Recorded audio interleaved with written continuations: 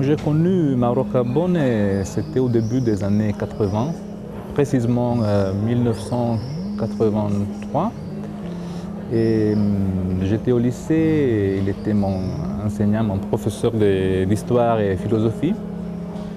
Et je ne savais rien de la philosophie, peut-être seulement la formule du langage ordinaire, prendre la vie avec philosophie. Donc cette rencontre a signifié pour moi, je peux dire, une véritable découverte. I first met Professor Mauro Carbone in Seattle, in the US, Seattle, Washington, on the West Coast, in 1997. It was the annual fall conference of the International Merleau-Ponty Circle. At the first reception, he introduced himself to me and presented me with his most recent book on aesthetics. Then we also had a nice elevator ride and became more friendly. J'ai bien sûr d'abord entendu parler de son travail, voilà, comme un étudiant qui, forcément s'intéressant à Merleau-Ponty, rencontrait le travail del maestro.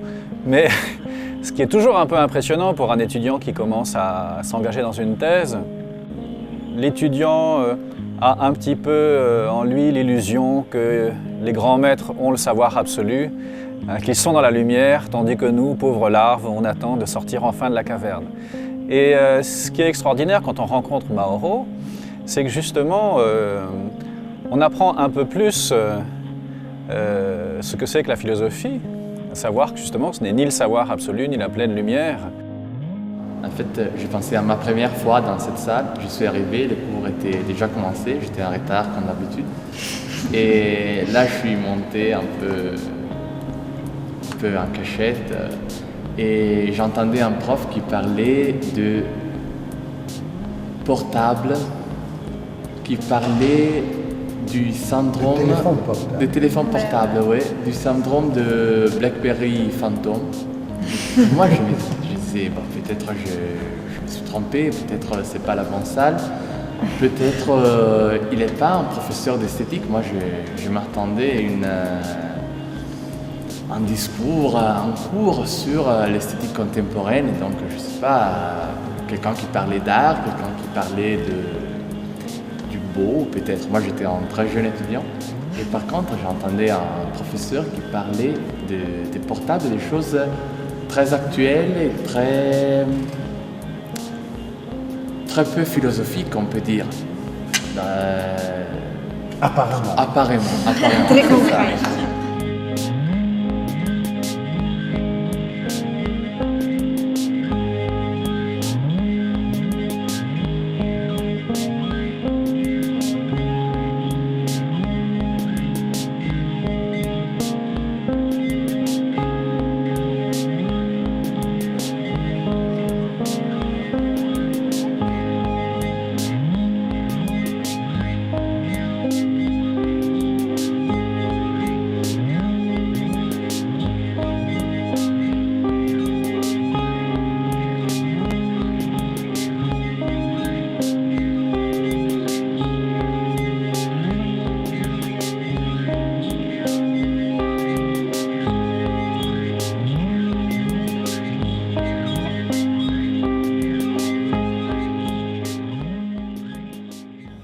Mantoue,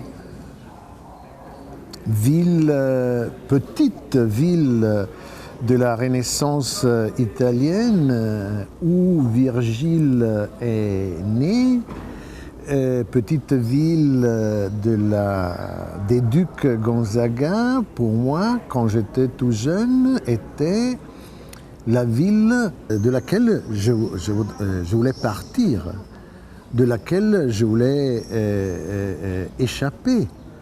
Parce que j'avais l'impression que pour rester à Mantoue, il fallait accepter de rester dans un horizon qui était, du point de vue culturel, l'horizon de Virgile et de Gonzague. Et donc, partir de la province pour aller ailleurs.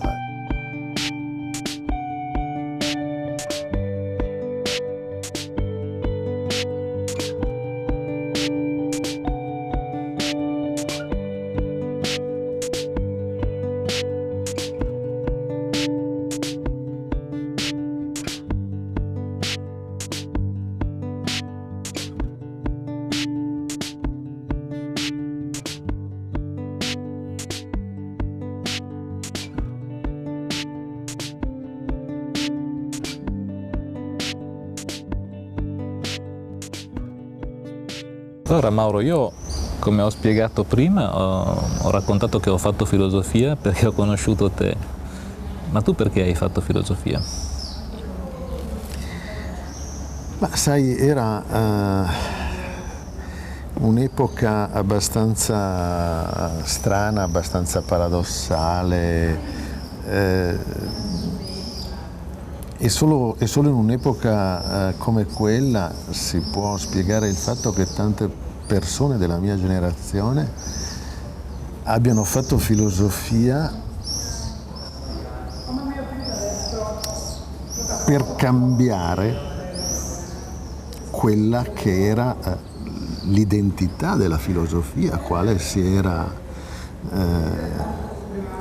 consolidata nel corso della storia del pensiero occidentale.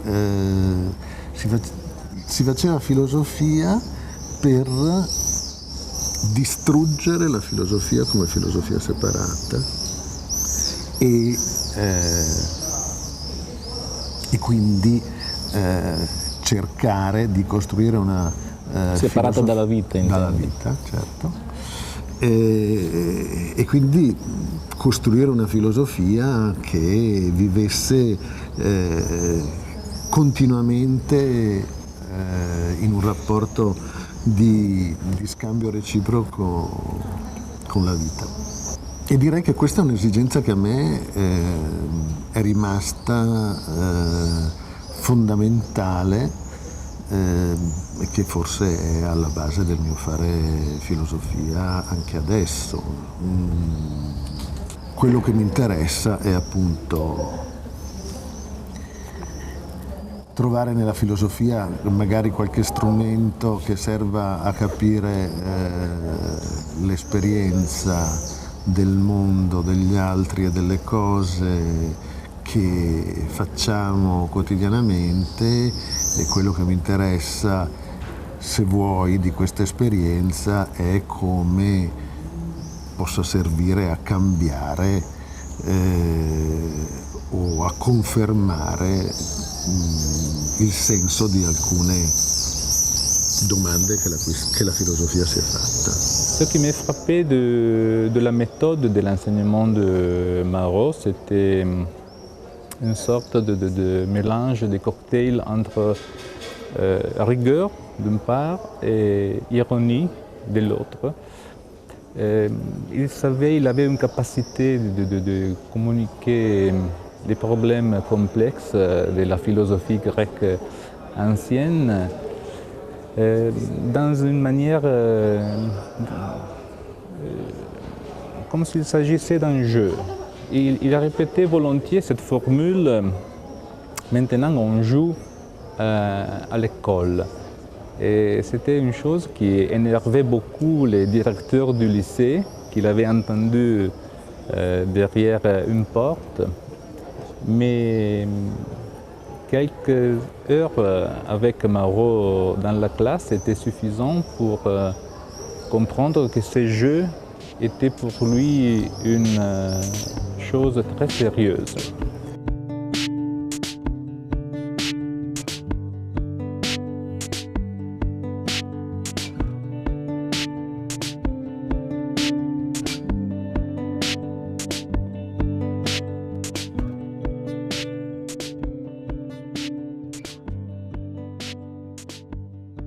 Moi, je n'avais pas étudié à Milan. Je suis arrivé à Milan après mon doctorat en Belgique, après une dizaine d'années en tant qu'enseignant au lycée, où on s'est rencontrés. Et donc, je suis arrivé à Milan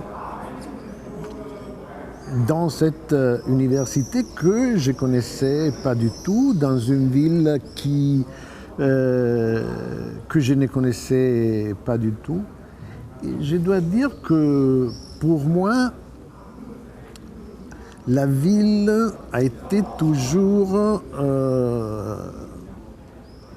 le milieu de cette université, les alentours de cette université, où j'ai enseigné pendant 16 ans. Mais est-ce qu'il y a une sorte de Madeleine aussi au-delà de la cuisine pour ce qui concerne ton rapport avec Milan quand tu reviens ici? C'est une très belle Une Madeleine question. recréée, produite dans la mémoire. Je pourrais te répondre comme ça. L'odeur de l'amphi de 111. Hein? Tu sais que l'amphi de 111, c'est un peu un lieu mythique à l'intérieur de cette université. C'est l'amphi le plus vaste et le plus prestigieux, si tu veux, de la faculté de philosophie. C'est là où j'ai donné mes cours entre 2004 et 2008. Et c'est un amphi que, pour des raisons que je ne connais pas, a une odeur particulière.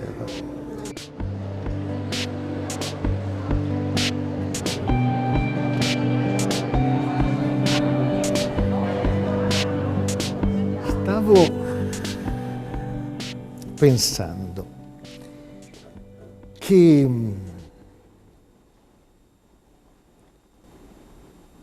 è una cosa molto rara che a una persona sia dato di vivere questo fatto di ritornare a un certo punto in un luogo che è stato importante per lui. E quindi da questo punto di vista posso dire di essere che questo sia un momento fortunato, ecco. J'avais envie de quitter l'Italie et donc j'ai été auditionné. J'ai proposé que, au cas où j'aurais été élu, j'aurais développé ce master dans la direction de la culture visuelle. J'avais, quand j'étais tout jeune, une passion pour le cinéma qui, à un moment donné, a dû être abandonné pour la passion pour la philosophie. En Italie, ce n'était pas évident à l'époque de conjuguer la philosophie et le cinéma. Donc j'ai quitté le cinéma. Je ne croyais pas qu'il y aurait eu un jour la possibilité de les remettre ensemble. Et par contre, la sollicitation de certains collègues, la sollicitation de mes étudiants, la nouvelle situation que je trouvais ici à Lyon m'ont permis de remettre ensemble ce qui semblait impossible pour moi, c'est-à-dire la passion pour le cinéma et la passion pour la philosophie. Tu le sais, il y a des chercheurs qui produisent une sorte de séparation, de distinction entre les moments de la recherche et les moments de l'enseignement, de la didactique. Comment est-ce que tu vois le rapport entre les deux sphères de ton activité? Je crois que pendant mes années milanaises, l'enseignement a été les ponts principaux, a été le lieu principal d'échange entre la philosophie et la vie. C'était le lieu où je pouvais rencontrer les questions posées par les expériences, les miennes et ceux des étudiants qui étaient là pour poser ce genre de questions, pour solliciter des réflexions autour de ce genre de questions. Et donc, c'était les lieux où j'ai rencontré, je disais, ce genre de questions qui sollicitaient la pensée. Pas seulement les miennes, mais la pensée qui se pouvait créer à l'intérieur de cette salle dans l'échange de voix, l'échange de réflexions qu'on partageait avec les étudiants. Donc tu as enseigné et tu as appris dans cette salle. Mais ça, c'est une expérience très grecque, je dirais, de la philosophie. En philosophie ensemble en tant que dialogue philosophique. Oui, la philosophie, c'est quelque chose qu'on ne fait pas tout seul. Je suis absolument sûr de ça. Quand même, pour moi, ça n'aurait pas de sens. Même la dimension qui est fondamentale et que j'aime beaucoup de la réflexion solitaire a du sens si elle est alimentée par des questions qui sont des questions qui viennent des rencontres avec les autres et si elle, cette dimension solitaire de la recherche, si elle est une manière de renvoyer à son tour aux questions qui l'ont sollicité.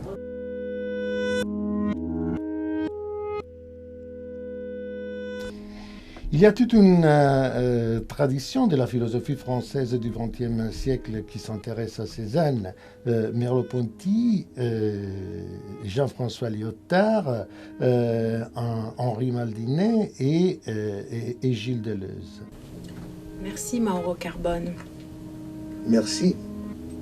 Avant de terminer mes études à l'Université de Bologne, je me suis dit que si donc la pensée doit chercher à penser le nouveau,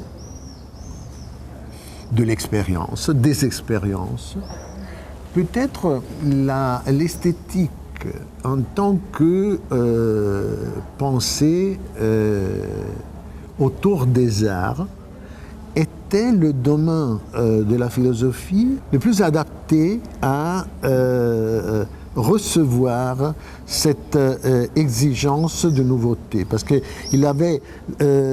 c'était une pensée qui avait toujours à faire avec l'expérimentation des arts, la création artistique. Et donc, c'était une pensée qui avait toujours à faire avec les nouveautés. Et pour cette raison, j'ai pensé que parmi les différents domaines de la philosophie, peut-être l'esthétique était la plus sensible aux nouveautés. Sensible aussi parce qu'elle s'occupe de la sensibilité. Sensible aussi parce qu'elle s'occupe de la sensibilité.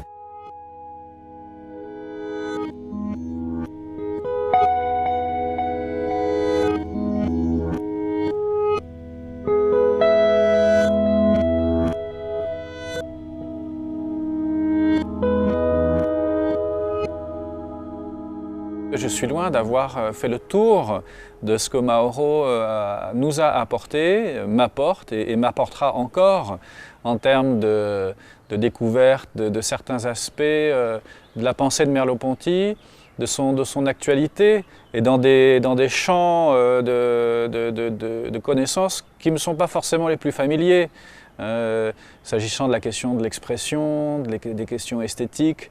S'il y a vraiment un point sur lequel les travaux de Mauro m'ont apporté, m'apportent et continueront à m'apporter, c'est d'être sensibilisé à cette question de l'expression, question du langage aussi. C'est pas spontanément ma première approche de Merleau-Ponty. Et en même temps, je sais que dans mes propres travaux, c'est une dimension qui manque, mais qui manquait aussi sans doute chez Merleau-Ponty. Et Mauro, sans doute, je ne sais pas s'il le réalise lui-même, mais à une manière, pas simplement, mais c'est ça qui fait un philosophe justement, c'est-à-dire pas simplement commenter un auteur, mais tout en le commentant, tout en réfléchissant, de le prolonger, de le compléter, d'apporter davantage que ce que lui-même apportait.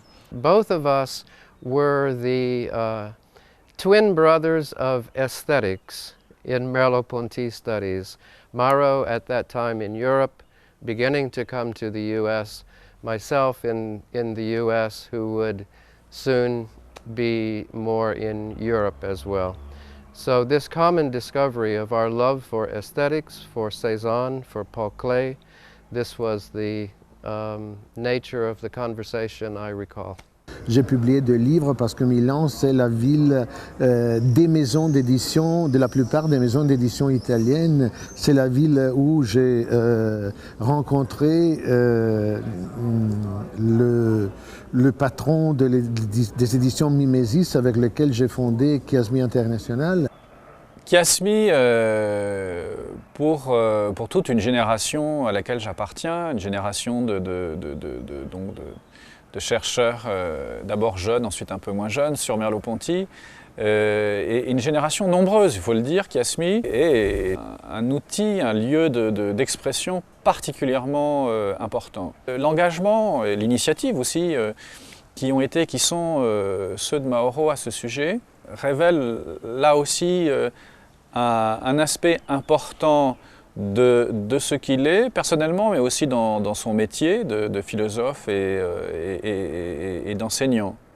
À savoir donner la possibilité à des jeunes chercheurs, à des chercheurs qui commencent, de s'exprimer, de s'autoriser à écrire et donc de trouver une voie de reconnaissance, mais surtout d'expression, de communication et du coup à partir de là d'échanges, de rencontres avec les chercheurs de leur génération.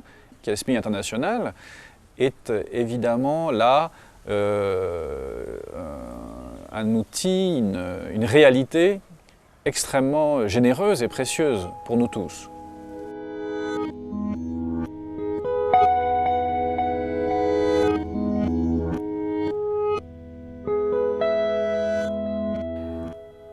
Perhaps the last time to mention that we were together in the US was at Philadelphia for the Society for Phenomenology, SPEP as we abbreviate it, where Mauro's book on Proust, titled An Unprecedented Deformation, 2010, I think, SUNY Press, was selected by the SPEP organization as one of the books for a research panel to be honored at that meeting. And there was a very vigorous panel with a fellow I did not know speaking on Proust, I believe, and Benjamin, followed though by an amazing paper and discussion of Mauro's book by Len Lawler from Penn State University, who has the endowed chair at Penn State. It was a very vigorous session and a wonderful occasion, after which we had wine and dinner.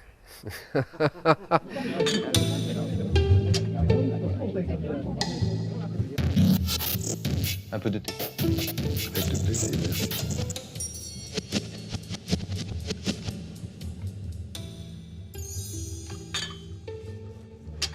Voilà. Dans La recherche du temps perdu, quand il voit la photo de sa grand-mère prise par Saint-Loup, il voit le visage altéré, légèrement altéré par le souvenir d'une syncope, d'une symécope, comme dit le directeur du Grand Hôtel. Et il voit dans son visage la promesse de sa mort. Et cette photo lui fait l'effet d'un soufflet brutal porté sur le visage de sa grand-mère. Au fond, si cette photo est difficile à regarder, c'est parce qu'elle le renseigne sur un futur qui a déjà eu lieu. Comme ça. C'est un des jumpers du 11 septembre 2001. Il y a à peu près 200 personnes qui ont comme ça sauté des tours avant qu'elles tombent. Ça, c'est la photo la plus célèbre parce que c'est une photo qui a une perfection formelle évidente. C'est une photo qui a une histoire très particulière et très emblématique, une photo qui a été bannie surtout aux États-Unis. Certaines images ont été bannies, d'autres images ont été reproposées à l'infini. On a privilégié le spectaculaire sur le réel, vous voulez dire? On a privilégié une manière chronologique de présenter le 11 septembre pour proposer une sorte de thérapie temporelle qui rétablit le temps chronologique. Et il y a un avant, il y a un après, il y a un avion qui entre dans l'écran, etc. Et ça, c'est une manière pour refouler justement le trauma. Oui. En disant, rassurez-vous. Il y a une succession à tout ça. Il y a une succession, voilà. Voilà,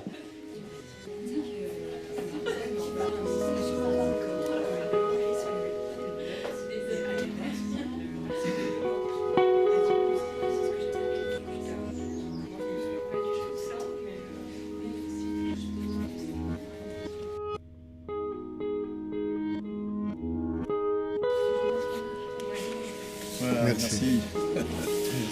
Comme ça, on éternisera ce moment. Et donc, j'ai pensé à ça et je pensais que je sais bien évidemment où j'étais, qu'est-ce que j'étais en train de faire dans cet endroit. C'est dans cette seule perspective qu'une nouvelle idée de communauté peut trouver une opportunité de fondation.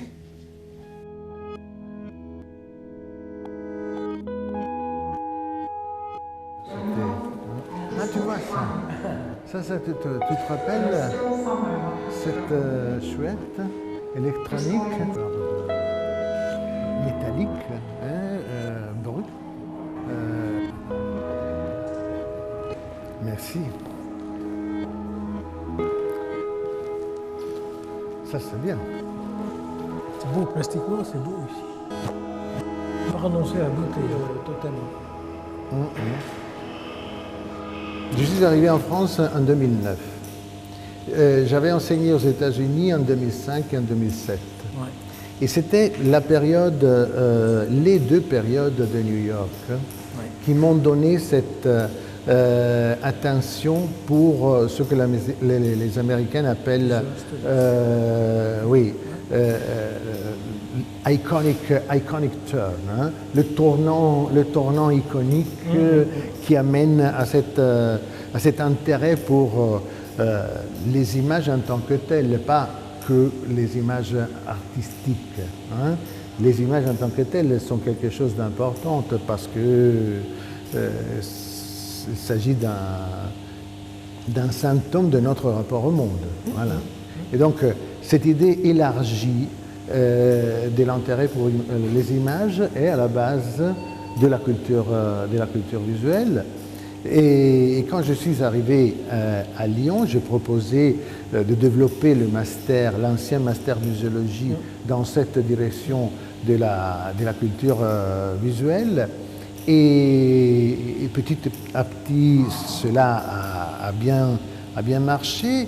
Et maintenant, je suis en train de me rendre compte que par là, je retrouve une autre problématique merleau-pontienne, ou peut-être la même problématique sous un autre nom, c'est-à-dire la problématique de la perception. J'ai toujours compris, en quelque manière, connexion entre faire de la philosophie d'un côté et manger et faire de la cuisine de l'autre côté. Et c'est grâce à Mauro que j'ai découvert ça. Il parlait des aubergines comme d'une sorte de preuve a posteriori de l'existence de Dieu. Et donc il avait une interprétation philosophique de la nature et du statut des aubergines même.